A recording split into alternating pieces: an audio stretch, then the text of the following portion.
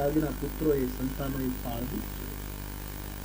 આપણે ત્યાં ઇતિહાસ છે, તમે સાંભળ્યો હશે.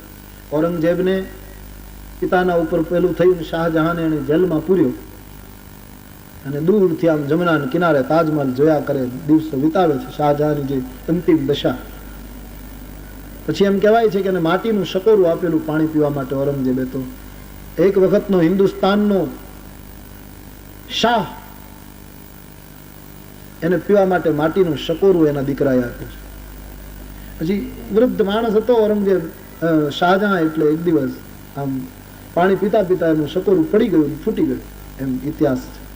પછી બે ચોકીદારો ત્યાં રાખવામાં આવેલા, તો શાહજહાંએ ચોકીદારોને કહ્યું કે ભાઈ औरंगजेब को कहो कि आपके अब्बा जान का शकोरा फूट गया है, मुझे दूसरा दिया जाए, બીજું શકોરું મને આપવામાં આવે.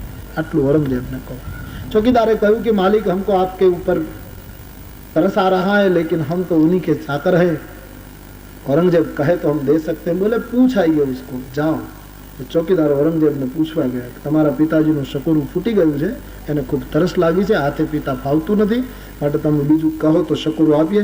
औरंगजेबे એમ કહ્યું कि इस बूढ़े को कह दो कि शकोरा फूट गया है, अभी हाथ नहीं टूटे, हाथों से पानी पिया करे, दूसरा शकोरा नहीं मिलेगा. આમ પોતાના બાપને ના પાડી, બીજું શકોરું નહીં આપ્યું औरंगजेबे. ચોકીદારોએ આવીને કહ્યું કે આપકા બેટા મના કર રહા હૈ, શકોરા નહીં મિલેગા. એ વખતે શાહજહાંની આંખમાં આંસુ આવ્યા છે અને એ માણસે હિન્દુસ્તાનના યુવાનોનો વખાણ કરતા એક શેર કહ્યો છે.